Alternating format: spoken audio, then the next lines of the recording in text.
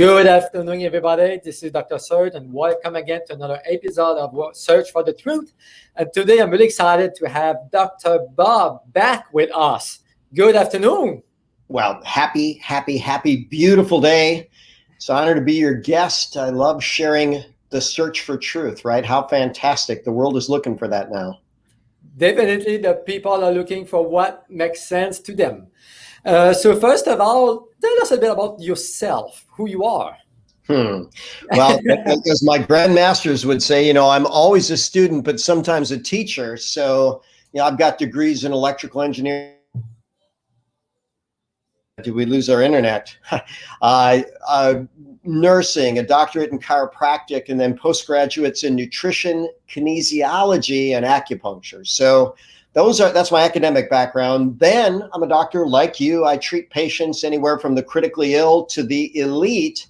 I've also taught over 10,000 hours of education to doctors on 6 different continents. So I love what I do like you do, and I love sharing truth and light. Exciting. And today it's all about coffee. That was a good timing. Well, so there's a lot of confusion, right? When it comes to coffee, you can really spend time online and look at the pros, the cons. Coffee is bad for heart, it's bad for blood pressure, it's bad for gout, it's bad for insomnia. The other side is good for this, is good for that. So can you help us with this big confusion? Sure. And if we go back to basic principles, it was Hippocrates that said many, many years ago, one man's food is another man's poison. Yeah.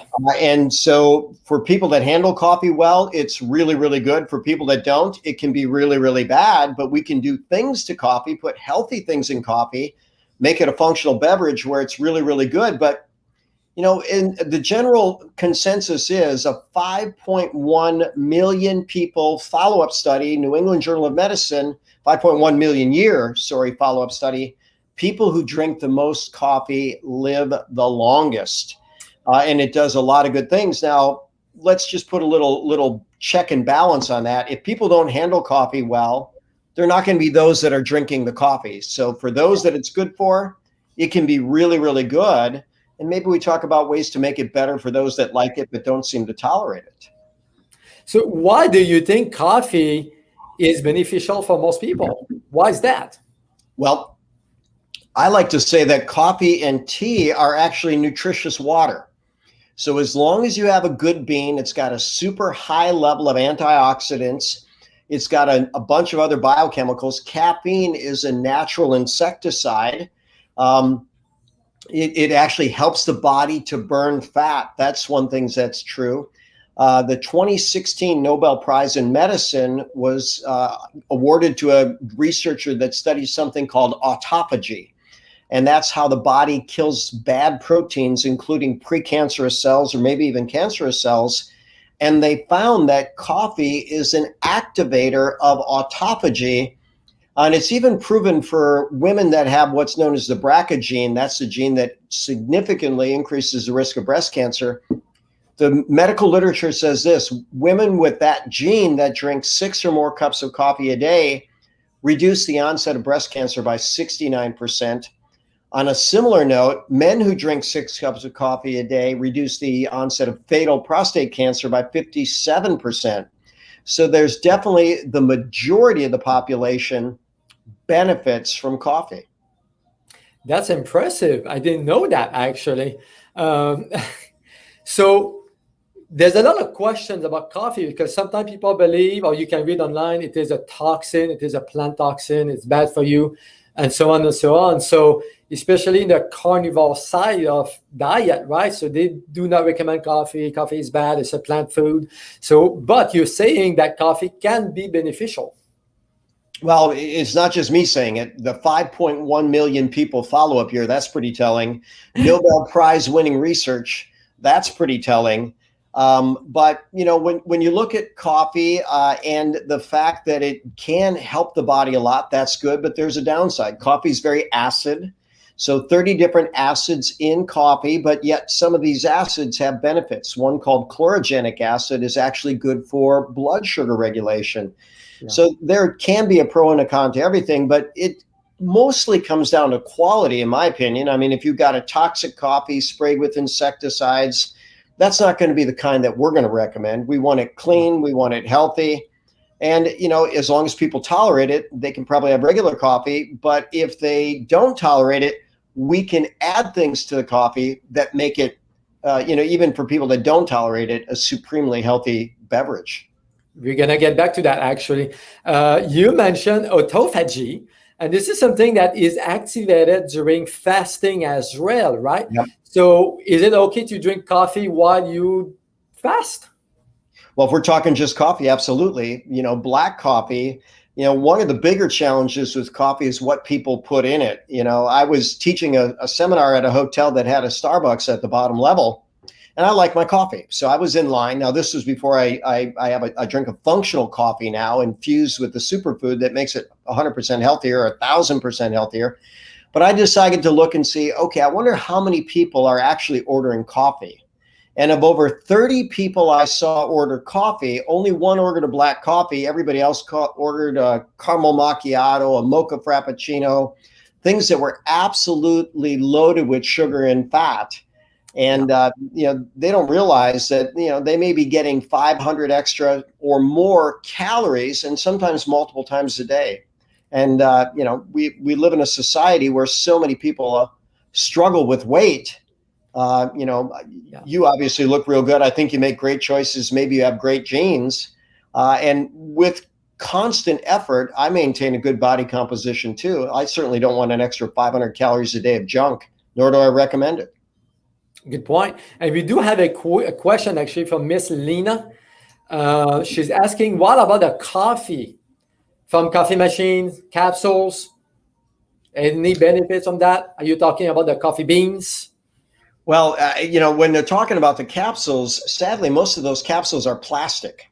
Yeah. Then you're running hot water through plastic. And, it's been said we live in an estrogen toxic world, and they've basically proven that. They've done toxicity studies from fat samples from 1971 forward. It's called the Human Toxin Inventory.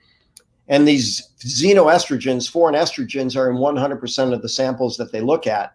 So unless it's a bisphenol-free plastic, which, by the way, can be available, they're probably intoxicating themselves by running that hot water through the plastic. So if it's a clean way of doing it, okay. If it's not, don't. But you're probably better off not running the hot water through a foreign material. Just mix it straight with the coffee. Really good point. Thank you. Because a lot of people ask me about that question. I know it's not the best way. Sometimes it's convenience, right? Yep. But let's get into the meat of what we need to talk about, the functional coffee. So you mentioned that a few minutes ago. What do you mean by functional coffee? Well, first, I'm going to just go to a broad category of functional beverage. So there are over 80,000 PubMed studies on functional beverages, and there's an extreme variation in what's available, but people know that they can have a protein shake on the market that's actually proven to help them lose fat. That's going to be most common. There's others that enhance the immune system. There's others that regulate blood sugar. Over 80,000 PubMed studies on functional beverages, and then over 3,300 on functional coffee. So it's very fascinating. I'm a student of nutrition and history and even of coffee. So we go back to 1100, the year 1100, and that's the first time they documented people putting things in coffee that would make them healthy. But the coffee that I choose has the consensus top superfood on the planet in it. And I know you like it too, Ganoderma lucidum, also known as reishi. That alone, nearly 2,000 PubMed studies on reishi, proven against 16 different types of cancer, really good at activating the immune system, powerful antiviral, even proven if you were to go to PubMed.gov and type in Ganoderma lucidum and a new virus that's on the horizon that's popular. We won't name it because the censors don't like us to name it. Yeah. But Ganoderma is proven to be very good at eradicating that virus. So people could get something in their daily habit that could protect them in more ways than they know. Good point. And I wanted to show a graph to people actually. So this is something I found, all the different benefits from the reishi mushroom, right? Powerful antioxidants, phytonutrients, anti-inflammatory, It helps with so many different things. Why not drinking that coffee as opposed to other coffees? Because one of the concerns that I have with regular coffee is twofold. One is the mold content, right? The mycotoxins. Yep. And the other one is chemicals like acrylamide, because a lot of people are concerned about that. So what is your take on roasting the beans leading to acrylamide formations, mold, mycotoxins? So this functional coffee is safer? Well, and it has the highest quality certifications out there. And that's part of what you got to do. You've got to use good raw materials, good processing. So, these beans with the company that I'm talking about, EcoCert, kosher, halal, there's USDA certified organic available, GMP facilities, good manufacturing processing, which means it's like in a clean room type environment. So it doesn't have the mycotoxins.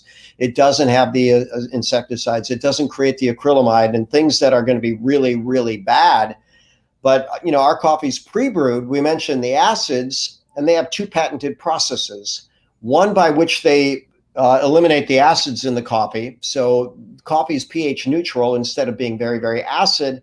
And that increases the efficacy of the Ganoderma in it. But, Dr. Serge, anybody can put Ganoderma in coffee, but with our patented process, we maximize the nutrients that we're able to put in from Ganoderma. We then maximize the availability of the nutrients by minimizing the acid in the coffee. And it can't be replicated because there's a patent on the process. So we have a better choice that's available. I mean, I agree with you because I have tried in the past other reishi coffee, right? And they are not the same at all. I mean, you don't feel the same benefit. My sleep was not as good. My GI was not as well, right?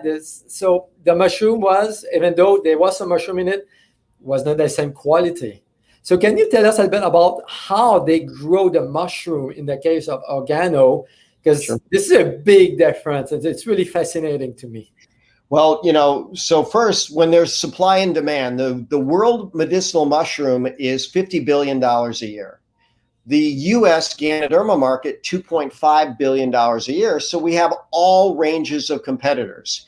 Just like if we wanted transportation, someone could say, well, I'm going to use a tricycle.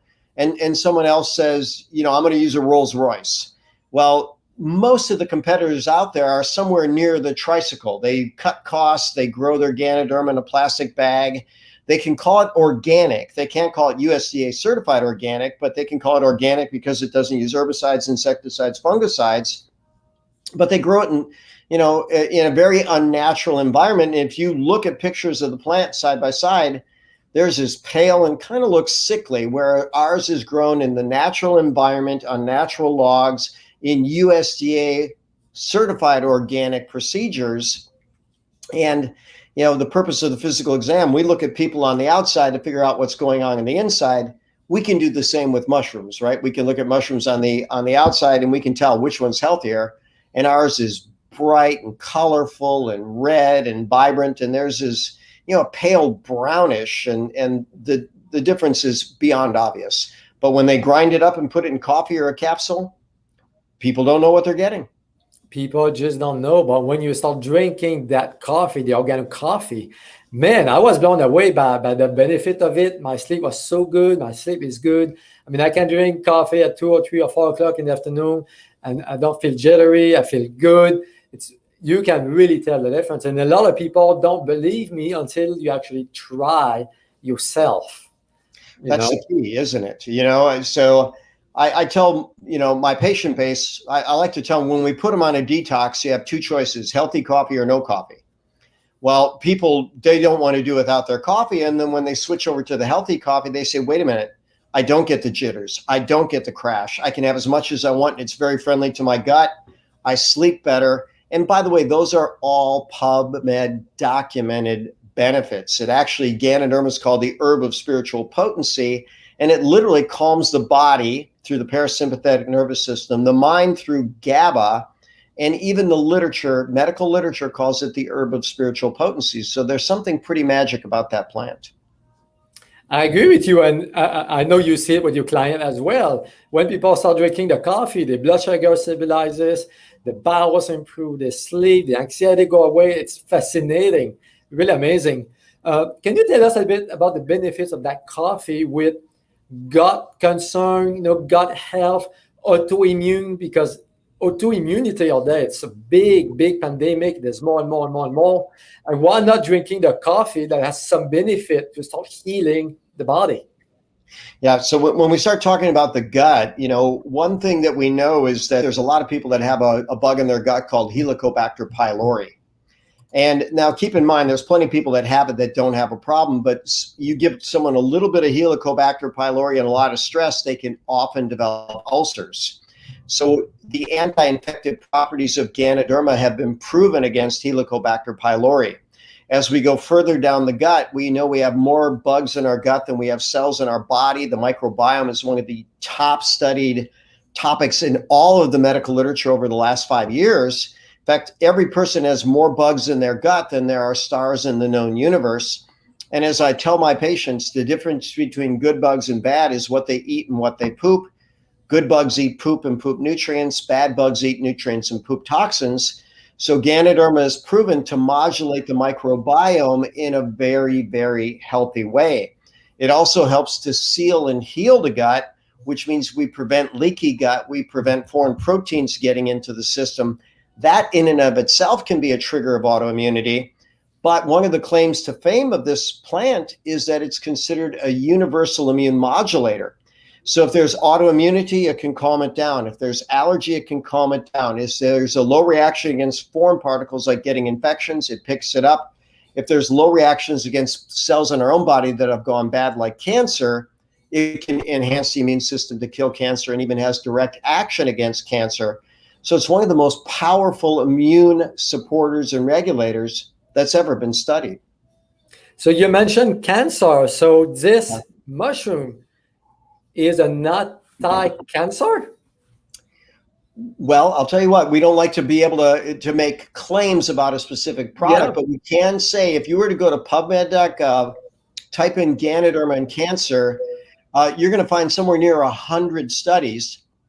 But like you, I like to address cause and effect. I went to a cancer lecture over 30 years ago. A PhD researcher named Dean Black walked into a room of 200 doctors, and he started out with the question, how does a hurricane start? And the answer he wanted was a hurricane starts when conditions are just right. Then he asked, how does a tornado start? When conditions are just right. How does cancer start? When conditions are just right. The conditions of cancer are low oxygen, low nutrients, high acid, chronic inflammation, and immune suppression, secondary to chronic distress.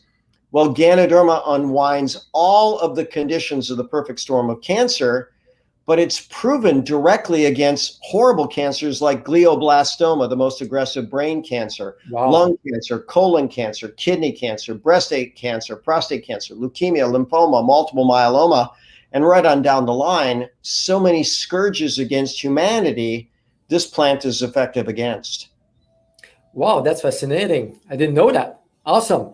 And we have Miss Lena. She has this question. So what is a healthy coffee? What brand would that be?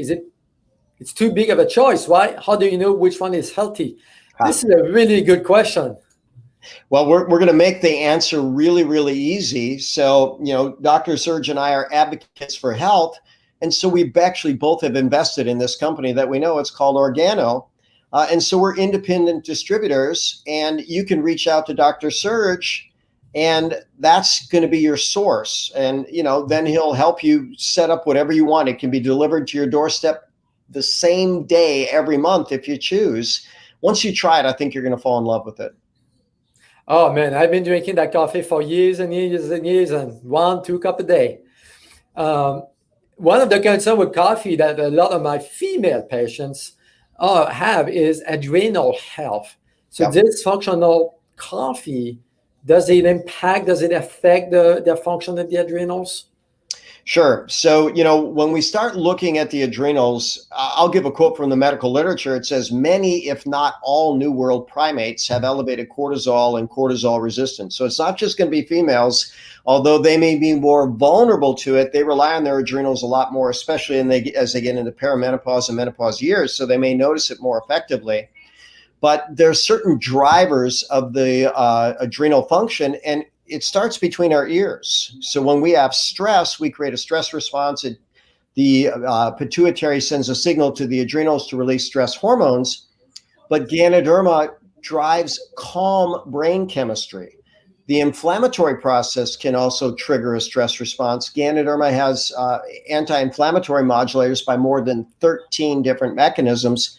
Additionally, it's a direct driver of the parasympathetic nervous system, which is the healing and restorative nervous system. It's also considered the most alkaline food on the planet. As we alkalize the body, every single hormone and enzymes works more effectively. And when you have a more efficient machine, that reduces stress on the body as well. So a lot of different mechanisms by which you can help people recover from adrenal distress. But I'll take it one step further. When you look at coffee and the adrenals, caffeine stimulates initially what's known as adrenaline, noradrenaline, also known as epinephrine, norepinephrine. But here's one thing we know. Bodies adapt to whatever you're doing. So if someone drinks coffee consistently for 5 days, the adrenal effect is reduced by at least 90%. And again, that's in the medical literature. That's fascinating. I didn't know about that. I mean, a lot of people rely on their coffee in the morning. So there's some adrenal concern sometimes. Like you said, we need to look at the whole picture. But it sounds so simple. Make a small change, drink that functional coffee, and all these benefits I can really get to the body. Sometimes that's what I do with my clients, right? So they're stressed out, they don't know what to eat, they don't want to change the diet, but just change your morning routine.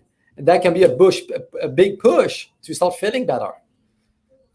Well, I'll tell you what, when people make a food choice, and we'll transition this to life choice, number one, it has to be delicious, right? They go with taste. Number two, it's got to be convenient. Number three, it's got to be affordable. And then their fourth criteria is health. Well, I wish it was easier than that, but we have to enjoy all the choices that we make. People that drink coffee love their coffee. They never need to be reminded. They never plan to quit. The average coffee drinker drinks 3.3 cups a day. What if with every single sip, you could take your body to a higher level of health? Yeah. You multiply that over the course of a year.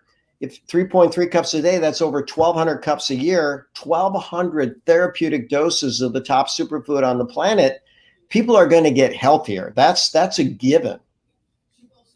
And you don't have just coffee. I mean, this company offers other options, right? Yep. So there's tea, right? And we have green tea, we have red tea. What's fascinating, and I might tell the story of this, they have pre-brewed black coffee, they even have latte, and they have mocha. Well, I didn't sell any products with sugar in my office for the first year that I was selling Organo coffee. I had a box of mocha. I happened to have it in the back room. I had a wonderful patient. She was top 10 in the world of tennis for women over the age of 50. And when she walked in for her appointment, she walked in with a big, tall, sugary Starbucks mocha frappuccino. And I looked at her, I said, how often do you do that? And she says, oh my gosh, I'm addicted. I probably drink 10 of these a week. Wow. And I said, yeah, you've got to be kidding me. I said, would you like to make a healthier choice? She said, well, I'll try anything once. So I went into my back storage room. I had my box of mocha was on the shelf and it had collected dust.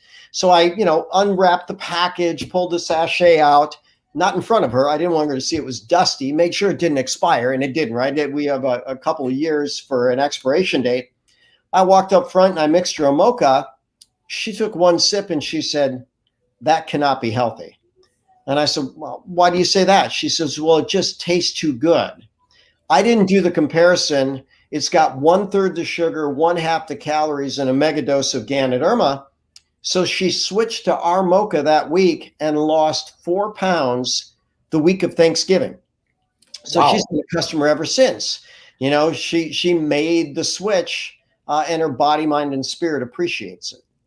That's amazing. Can you tell us a few more stories about how that coffee really changed someone's health? Well, one thing that we hadn't really addressed was brain function. And we've got so many people that suffer from either attention deficit or maybe depression or maybe anxiety. But Ganoderma is proven to enhance 4 major neurotransmitters, and that would be acetylcholine for memory, Dopamine, which depends on what part of the brain. If it's the frontal cortex, it's focus. If it's something called the locus coeruleus, it's joy. If the substantia nigra, it's the fine motor movement, and that's the problem that gets associated with Parkinson's. It's also good for serotonin, which makes us happy, and GABA, which makes us calm. So I had a mom bring in a 4-year-old boy that had seizure disorder from a head injury as a child. He was taking 3 different seizure medications, and they were no longer working. He was having seizures every single week, and his body was becoming intoxicated by the drugs. And mom said, "Are there natural options?" And I said, "Of course there are natural options. Let's see if they're strong enough to be effective for him." So we changed his diet because he was eating very, very poorly. A ketogenic diet can be good for seizure. We gave him a very good tasting shake. He loved chocolate. We have chocolate shakes that are infused with Ganoderma, made with a grass-fed organic way. We gave him a hot chocolate, which was infused with Ganoderma, chewable fish oils, which were flavored to taste good, a good chewable multivitamin. Within 6 months, this child was off of all seizure medications and no longer having seizures. So from very toxic medications to healthy choices. And think about that. If you're taking toxic medications when you're 4 years old, what's going to happen to you by the time you're 25, 30, 35, 40, 45? The brain's going to be in trouble. We've seen people that have lowered their blood sugar, people where their blood sugar was so out of control that they started having kidney problems. And those of us that know about diabetes, we know it's the most expensive problem in the sick care system. It's bad for the blood vessels. It's bad for the nerves. It's bad for the kidneys. It's bad for the eyes. I had someone that their kidneys were declining so rapidly that they were progressing towards dialysis. And just adding Ganoderma, now we also have capsules. In her case, I wanted to change her chemistry fast by taking capsules every waking hour for a period of 10 days. But we stopped her from spilling protein in the urine. We ultimately normalized the blood sugar. That allowed the kidneys to heal and normalize as well. And those are a couple of fun cases, and we literally have hundreds of cases. Oh, I've heard so many stories from people, from the group, from you. I mean, I hear sometimes stories of autistic kids starting drinking the hot coffee, and they slowly come back to themselves. It's fascinating what one change can do to the body. It's really fascinating. So anything else, Dr. Bob, you want to say? Well, one, I always love what you stand for, and especially standing for truth. And both of us know the power of nature and the power of healing. But what a lot of listeners may not know is that the majority of drugs actually started out with plants that worked. So some scientists said, let's find out what's in that plant that works. Then they figure out how to synthesize it in the lab, and they have to change the molecule to patent it to protect their investment. But here's the thing that happens when you have a whole plant. You don't just have one molecule. There are 430 unique molecules that are in Ganoderma, and they all work together to regulate the body in a beautiful way. Why would we ever isolate something from nature and take away that synergistic benefit? But we will also recognize that when someone's in a really bad state, taking control of their physiology with a drug can be life-saving. But as we let people know, that's not our first option. That's our last option. And if they meet with us first and see what nature can do, very, very often those drugs aren't needed, and they can start weaning from drugs that sometimes they've been taking for a long time. You're so right on this. We see this every single day, right? With a good diet change, good herbs, vitamins, and a good coffee. Awesome. So thank you, Dr. Bob, for your time. We're going to have to do it again. You're going to have to be back. Well, you know what? I always like to quote one of my mentors. He said, you know what? If you do good work, we work for the same boss. You and I are in the same town. We're not far apart, but we are profoundly synergistic. You have a full practice full of patients you help. I have a full practice of patients that I help. No competition, all synergy. I love the fact that you have such a big heart and open spirit, and you're willing to share. And I'm excited to share with your patient base and mine. So thank you for making our world better. Thank you for the kind words. And we all about helping the other people, right? Other people. So awesome. So thank you guys for watching, and God bless you all, and good afternoon.